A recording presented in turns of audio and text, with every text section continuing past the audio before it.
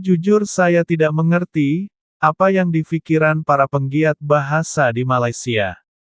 Mereka mengadakan lomba berpidato dalam bahasa Melayu, tetapi anehnya, para pesertanya malah menggunakan bahasa Indonesia.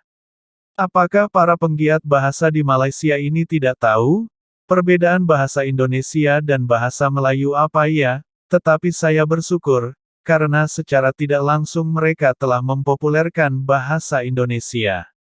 Oke, kita simak video berikut ini. Pidato yang pertama, yang cukup bersemangat untuk membuka gelanggang, kategorinya antarabangsa dari Australia, Emma Cecilia Roberts. Tahun ini, Malaysia sebagai ketua Perhimpunan Negara-Negara Asia Tenggara atau ASEAN, committed untuk menggabungkan semua negara dalam wilayah ini menjadi satu komuniti.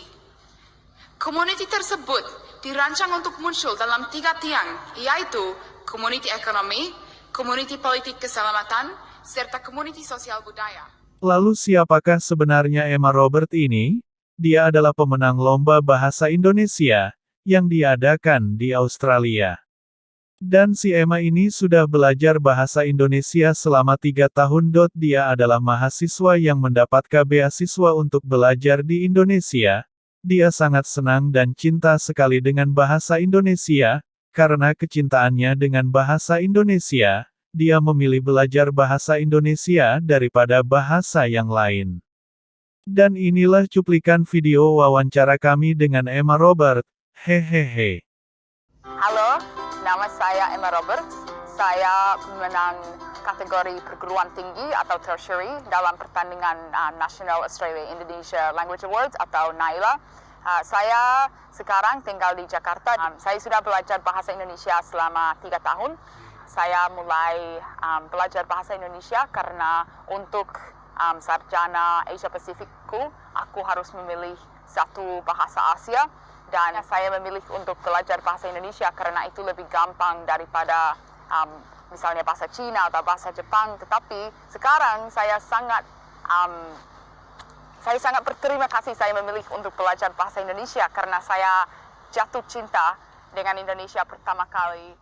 Bagaimana guys videonya? Apakah si Emma Robert ini menggunakan bahasa Melayu atau bahasa Indonesia? Tuliskan pendapat kalian di kolom komentar ya. Kalau menurut saya, Mbak Emma ini, dia menggunakan 100% bahasa Indonesia. Menurut saya, para penggiat bahasa di Malaysia tidak paham mengenai perbedaan bahasa Indonesia dan bahasa Melayu. Tetapi, kita patut bersyukur, karena para penggiat bahasa di Malaysia, secara tidak langsung, mereka telah menduniakan bahasa Indonesia, melalui lomba pidato yang mereka lakukan. Oke guys, sekian video dari saya, dan jangan lupa like, komen, dan subscribe. Sampai berjumpa lagi di video berikutnya.